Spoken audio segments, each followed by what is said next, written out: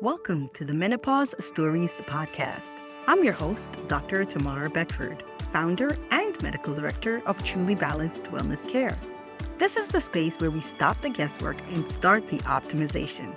We're pulling back the curtain on that midlife hijack and giving high achieving women the clinical roadmaps and unfiltered stories they need to reclaim their edge. Let's get into today's story. Welcome back. It's Dr. Tamara Beckford, and I am here on Menopause Stories podcast. I'm so excited to have one of our guests today, Miss Angela Turner. Miss Angela is coming to us from the Dallas area. Yes. So, Angela, give us a quick introduction to who you are and what it is that brought you on this podcast, or what do you have going on right now? I am Angela Turner. I'm currently a technical support engineer with a company that does work for the Department of Defense, contract work for the Okay. Defense. She's So Department of Defense, y'all. high stress level and all, but I love it. I love that job. I am currently married. I just got married a year and a half ago. Oh, nice. And Yeah. I am thoroughly enjoying that. And he's a wonderful man. And currently have two grandchildren. My daughter has our two Mhm. grandbabies, and we just had grandparent camp, Gigi Papa, last week, and that has been a true joy in my life. And that has been that's the main parts, is that I'm a mother and I'm a wife and that I'm also a child of God. Those are my top things. And with this Mhm. menopause journey and getting older, that those things have been affected. And Mm. it's changed a lot to me because I was very consistent with my cycles, all those things growing up, all my most of my life. I could pretty much tell you, come down to the time of when it was going to Wow. stop. And about 12 years ago, that's when I started noticing things changing. And back then there was no information about, or you weren't aware of it, you didn't know about it, you didn't know there was a choice. And Mhm. us as women, especially back then, it was not talked about. You didn't talk about it. It wasn't discussed. And so felt out there on my own, trying to deal with it and learn about it. And my cousin, who is a nurse practitioner, we were on a trip one day, and I was talking about how I was dealing with all this. And she, like yourself, had become very um, involved with the women's health.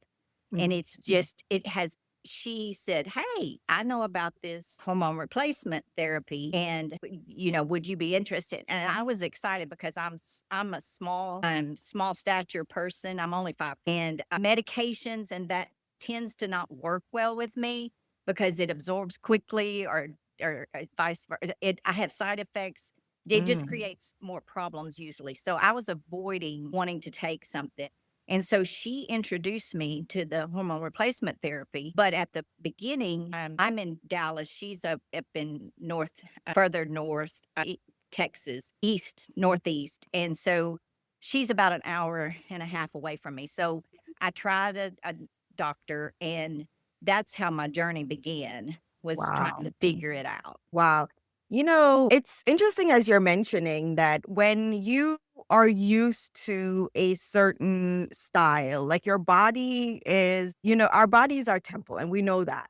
And we know her. Like, okay, this is how she is. Yes. And then all of a sudden, there's this change. And we're like, what's going on? Like, I am not recognizing this change in me. And so, one of your first things that you noticed was the first thing you noticed the irregular period?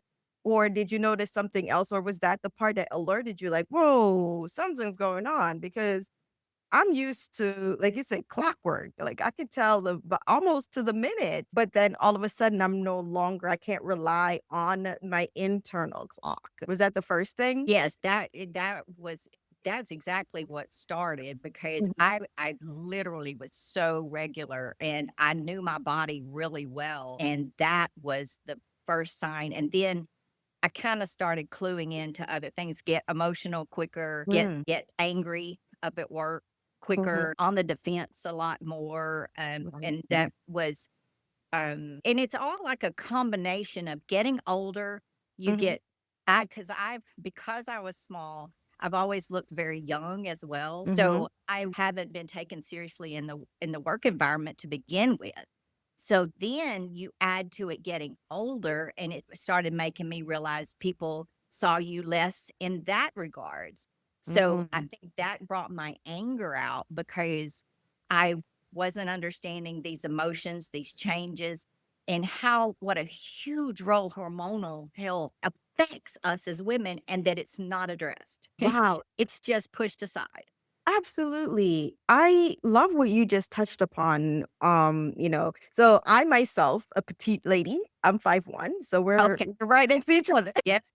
So we're both petite and have also does have a young looking face and I can understand that we're talking about in the workplace where you are a leader in the workplace and trying to command that energy, that leadership energy. But the first thing when you step in, like for me, so a lot the first time when I step in, people don't realize like I am the doctor.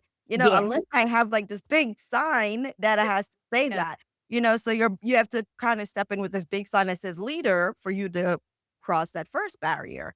But Yes. when you're also have the stature, when you have the face that also makes you look younger, and then you're trying to command this, you want to be even tempered because that's how you are commanding control and you're taking Mhm. control of your team. But then like, in comes this curveball, which of the emotions, Yes. where now, as you mentioned, you're having, you're finding yourself being short-tempered when you used to be even-tempered. You're finding yourself on the defense when Yes. yeah, and I love that you mentioned that. I think this is the first time anyone has said that on this show, which is right because we start, being on the defense very quickly. And once you start defending yourself, especially when it's unnecessary, you know that it kind of diminishes a lot of the authority that you're Yes. bringing to the table. Yes. Wow, that's powerful. But it also helped grow me.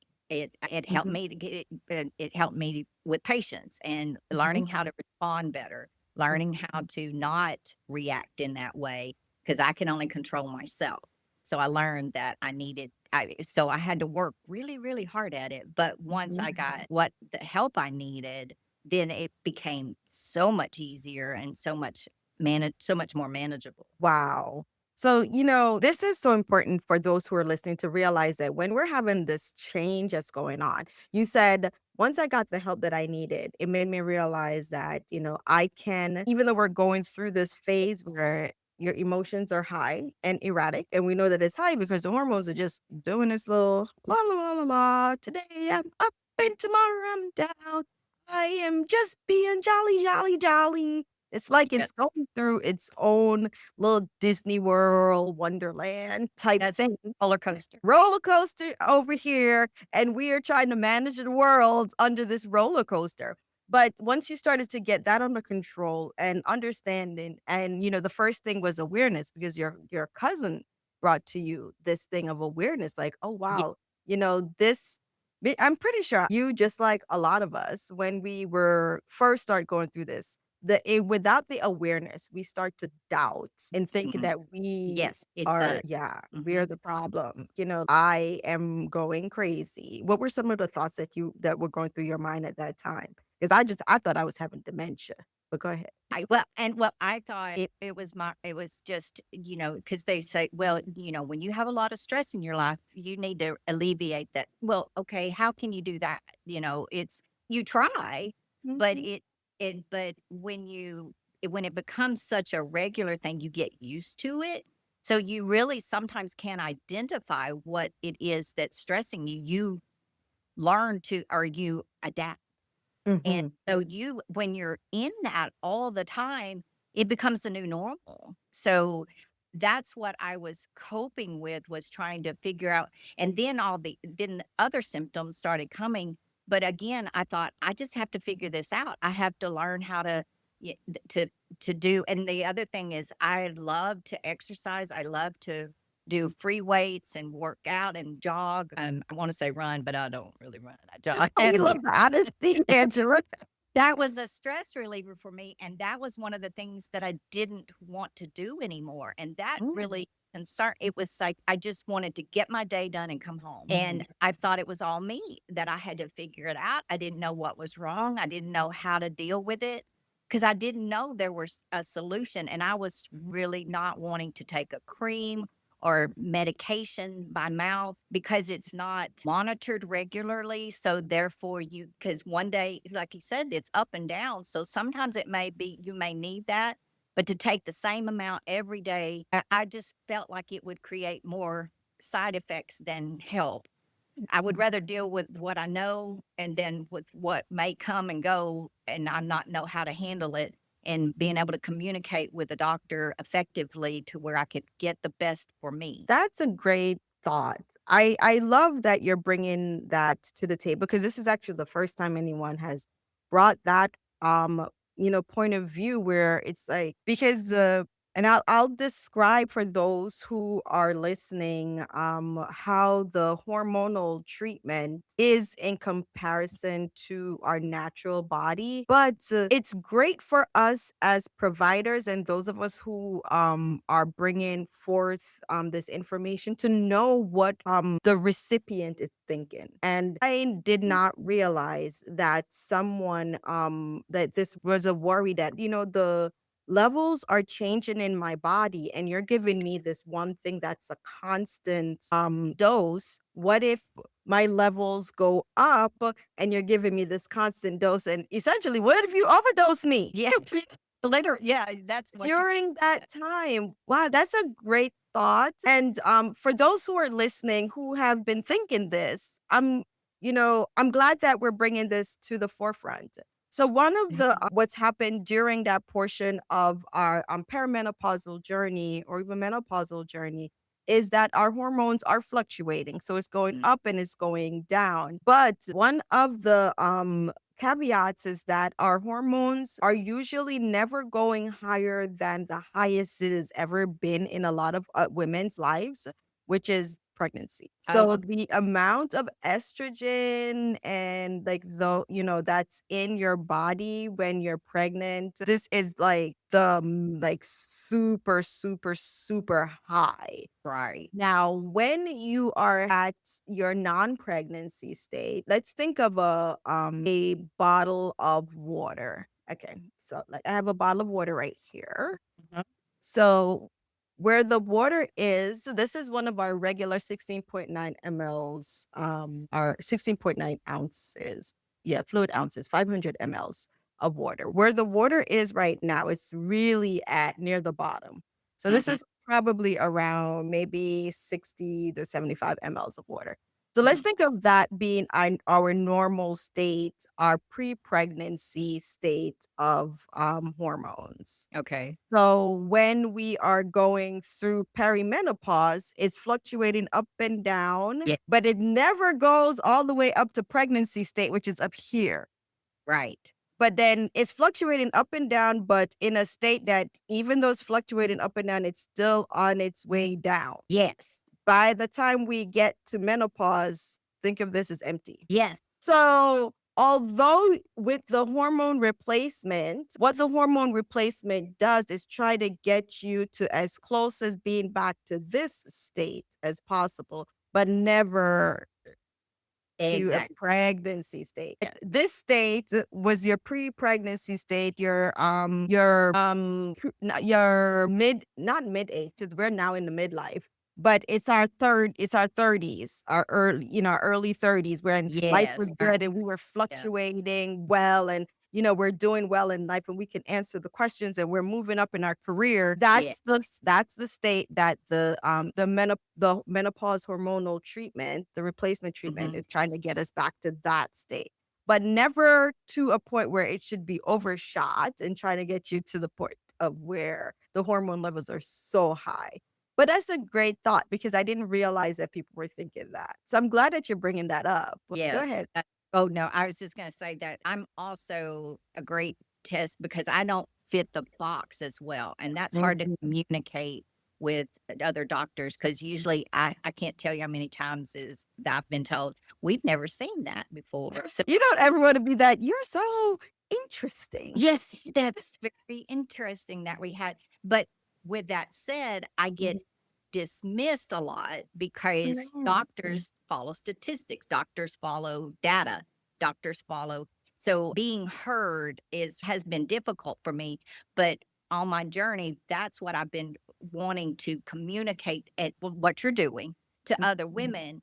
That may not be everything that I experience or do, but that you have options and that you don't have to accept what you're doing. And just like my journey has been, is that especially being older, we have the age that I am, we've walked through a lot of different areas, especially with health, women's health. And for us at this age and older, we have to realize we can have options. We can go to other people and in a respectful way and not get upset, not get on the defense, talking to other doctors, seeing what your best option is and being okay with changing. You're not telling the doctor that you leave that they're no good, you don't like them, but that's the way I've been raised, that you're just supposed to listen to what the one doctor you're going to Mhm. says, and you shouldn't. You're going to be frowned upon, and it's not a good idea to leave to go somewhere else. And I think that's a huge thing. That is a very great point. Oh man, Angela came here to drop the gems. Thank you so much. I love, love, love what you're saying. And, whenever you, as a patient, a recipient, and remember, me, I'm a doctor, but even I'm a doctor, but I'm also a patient. So Yeah. I am also a patient. And I understand. And when I get into patient mode, I can totally empathize because I get like that too, where I'm like, well, I don't really want to hurt this person's feelings but I'm not really getting the care that I feel. And so I can empathize on that end if that's how your natural personality is. But on the end of being an advocate for yourself, that's so important. And that's what you're mentioning, like patient advocacy. And understanding what's going on in your body and understanding how you feel when you come across that person. Energy is such a big thing, right? When Yes. you step into the room, you can feel the energy, Yeah. the energy that flows between the doctor and the patient should feel at. You've been listening to the Menopause Stories podcast. If today's conversation hit home, don't let your story stay stuck in that midlife hijack. Head over to the show notes to book your strategy session and to join the movement of women redefining their power. I'm Dr. Tamara Beckford. Stay optimized, stay bold, and I'll catch you on the next episode. Ease, they should feel Yes. comfortable. If you're not feeling that way, there should be a way for you to communicate it because if you are not feeling comfortable with the person who's trying to guide you, guess what's going to happen? You're not going to take the advice. Yes. 'Cause you know Well, or it's the you still again, it feels like it's you because exactly, you're going to blame yourself. they have the experience and the knowledge, Mhm. and so you feel like you're okay, I'm still the crazy one. I don't understand. And that was part of my journey, Ooh, wow. which was very frustrating Oh, and wow, hard that's a to big walk thing through. too. Yeah. Wow. Yeah, the self-blame that starts coming, right?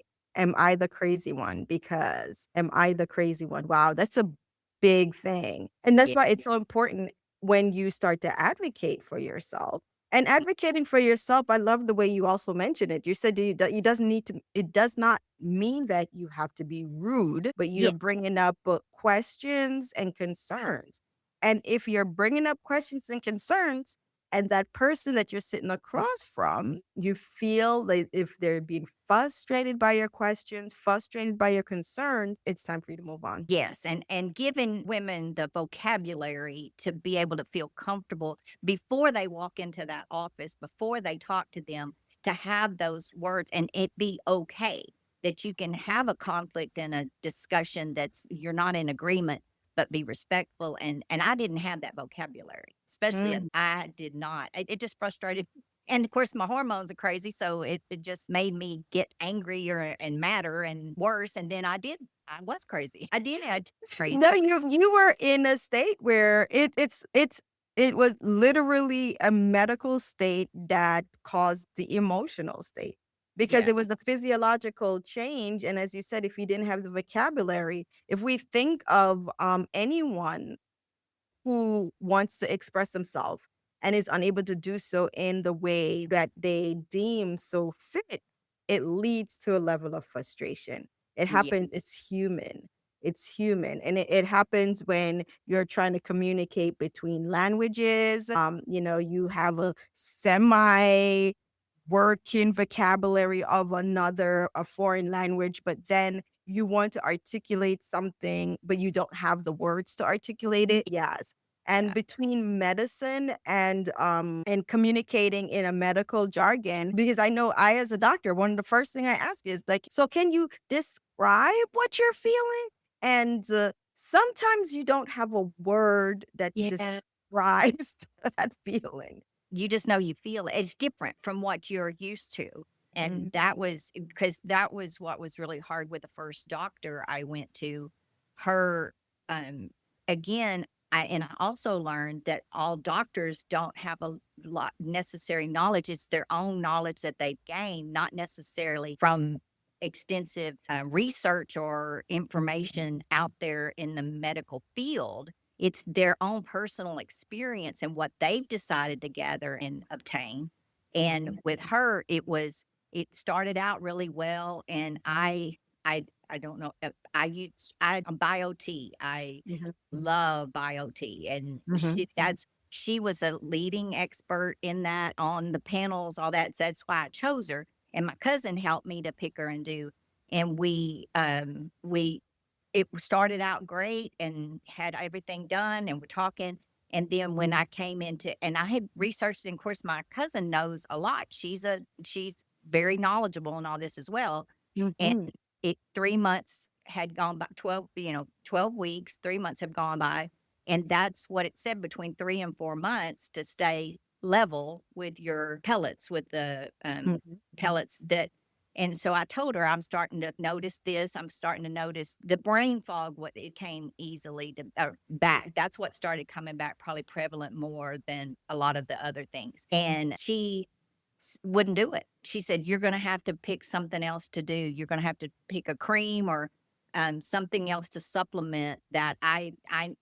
Her words were, "I have never, out of all the thousands of patients, I have never given pellets at that early of a stage." And that all the research that I looked at and did, and Mary Lynn knew of, my cousin, mhm. it was that was normal, or what was on the.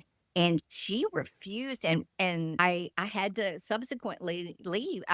My cousin started taking over with my care, and it Mhm. was just a matter. I did an appointment with her and discussed it, and she would not listen to me.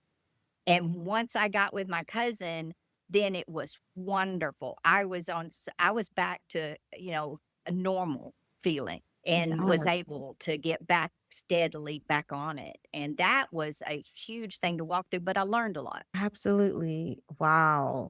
I applaud you for being comfortable with discussing this because we know that so many women are walking in I those feel same shoes. I feel like there's so many women that go and then they just stop. They just quit trying to move forward with it and Yeah. keep trying. Yeah. 'Cause they don't know Wow. where to try. You don't know what's out, and especially back then, there weren't a lot of options to look at and consult with and do. What would you say to so right now, Angela, we have a young woman who is in the mid 40s, early 50s Mm, that's going through what you went through, that's feeling the way that you felt when you were at your worst days. What would you say to that woman right now? to have confidence in yourself that you matter and that you need to keep trying until and it's out there, and have the faith that you know your body and you want it to be different.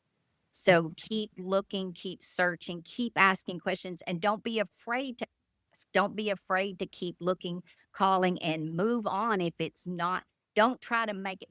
Us as women try to make things work wherever we are because we think it's us, and it is us. And so if you're not comfortable, that's okay. Move to do something different, but don't give up. Have the courage, have the faith. I tell myself, you got to be brave. You got to be brave. Yes. Keep trying, keep moving forward. because this does help. There is a light on the other side. And the older we get, the more knowledge we have and the more we can share with other women to uplift them. We as women need to uplift each other, encourage each other, and make us feel seen. If it's not by anybody else, it's by each other as women. That we Absolutely. see you, we get you, we know that there's things that we go through because we deal with this all our lives. It's just in different ways with our hormonal health. So that's me, is don't give up. I love it. I love it. Now, as you know, I am a provider and I am on the other side. Mhm. What advice would you give me? Because I want to make sure that I'm giving the best care to the women who come to Truly Balanced Wellness Care, that they are not feel unseen. Like, what is your advice to someone who is a provider like me? Your advice to me to make sure that you do not leave out feeling how you did when you were with these providers whom you didn't that you had to change from. What advice would you give me to make sure that no one is feeling that way? And I think what you're doing it's that you take the time and listen to where you don't feel like you're just a number on a page and next. This episode is brought to you by Truly Balanced Wellness Care. Most high level women are told that their labs are normal while they're struggling to lead through brain fog and fatigue. At Truly Balanced, we don't settle for not sick. We architect for peak performance. Whether you need a 30-minute hormone strategy session to audit your labs or are ready for our 3-month Jumpstart Intensive, we provide the physician led roadmap to get you back to your best. Visit the link in the show notes or go to www.trulybalancedwc.com to secure your spot. Now, back to the conversation. Next. That's because it's clumped in with the OBGYN. It's not just women's health that most doctors they don't specialize in just women's health. It's more of the obstetrics side of it, not the gynecological, in my opinion. And so us that are done having babies, we still need to be heard, to take the time to hear what we want, and that to explain it in layman's terms of what you're, because respond with what they're saying with, okay, on the medical side of things, this is kind of what I think you're going through. Does that sound like reflect back? And I think it's the same thing on the doctor's side. You do it until they feel comfortable with what's going on. And to me, I feel strongly about follow up. This isn't a one and done situation. I strongly feel like until you get a better sense of what's going on, at least every 3 to 6 months when you're starting, that continued level of meeting and going back and forth and talking about, and it takes time. It's not a one and done or a couple of times and okay, you're good to go. I'll see you again next year. For women's health, it's just not that easy, unfortunately. And I know we don't have that time anymore, but that's the advice I would give you. It's that until they can say, this is working right now. And then they can feel comfortable enough if it's 2 months later and something's out of whack, something's changed. And Mhm. even if it's to the doctor's side of thing, well, that's minor. Or if you continue to have that in another 6 weeks, then get back with me. It's that if you have the time, and I know that can be close to impossible with it, but that's my advice. No, it's absolutely not impossible. That's what I provide in my practice Mhm. is yeah, you do get the monthly follow up, Yeah. the time to be able to communicate and to um in between if you have concerns to be able to send in your concerns. But it's great hearing from you because it validates what we're doing in our midlife care, our menopausal care, but two, it also highlights what should be at the forefront. So each time I'm with someone, I like the fact that you say until on both Mhm. ends. Yeah. So when I'm with my ladies, I do like to ensure that they understand, but I will be even more vigilant in ensuring that my ladies feel comfortable and that when they say they understand, they truly do feel that way. And I don't want anyone to feel rushed. That feeling of this is that portion where you're being uplifted, when things are Yes. falling apart to, Yeah. this is your basket where you can feel the level of comfort. You can fall apart with me because I'm here for you. And it's Yeah. not gonna And be it's just a one okay. and done. Absolutely. Yeah. And that you have all this vast knowledge that you can help interpret for those of us that don't. And this can be defined into this may be what you need to look at or go delve into a little bit more. You may need a little more of this and not that exactly because you have the knowledge and that we can talk amongst ourselves but we don't have a clue what it might be or not be, but the more we learn from those of you the doctors, then that helps educate us to talk to other women about. Mhm. Wow. As I told Angela, she came here to drop gems this is such a powerful conversation, you know, but I have one fun question as we close out this wonderful conversation. Alrighty. So when you were in the thick of it, Angela, when you were in the thick of it, what song or lyric would you say reflected how you felt at that time? Well, and again, I'm a believer, so Mhm. for me, it was the song, and I can't think of title of the song now, of course. Of course, Not that's to what I'm happened. out of I put you on the spotlight. it's "Who the sun sets free is free indeed. I'm a child of God." Mhm. And that was what sustained me. It's because I always relied on my higher source. Is it the part that I am a child of God? Is Yes, that what that who's that the was? sun sets Sorry. free, and I do a heartbeat. Yeah, it's me too. I'm a child of God. Yes, I am. Yeah, love it. That's Thank my you so much, Angela. As I said, this was very, very powerful. It was powerful on both ends. You gave us some great perspective from the perspective of someone who is going through menopause. The advice that you're giving to those who are taking care of women who are going through this midlife journey. The depth, the power, the clarity, the space, the stories. That's all we need. And being able to support women. And you said something very powerful. When we get this information and we can pass this information on to other women. So it is Mhm. important that for me on the end, being a provider, being a physician who loves to teach and Oh, who loves to educate, to continue doing so. And when we're sitting with our patients, we know that this is what we want, but we have to provide some more space for them to be able to be heard because yes. that's what they need, especially during this journey. And the information that we provide to our patients are able to use that and communicate with their lady friends, Yeah. and so it's not falling on just it's almost like being able to spread the word. And Yeah. it's important, yeah. So it's important, as you said, follow up. That was a very powerful one too that I'm pulling from this, where it's not a one and done.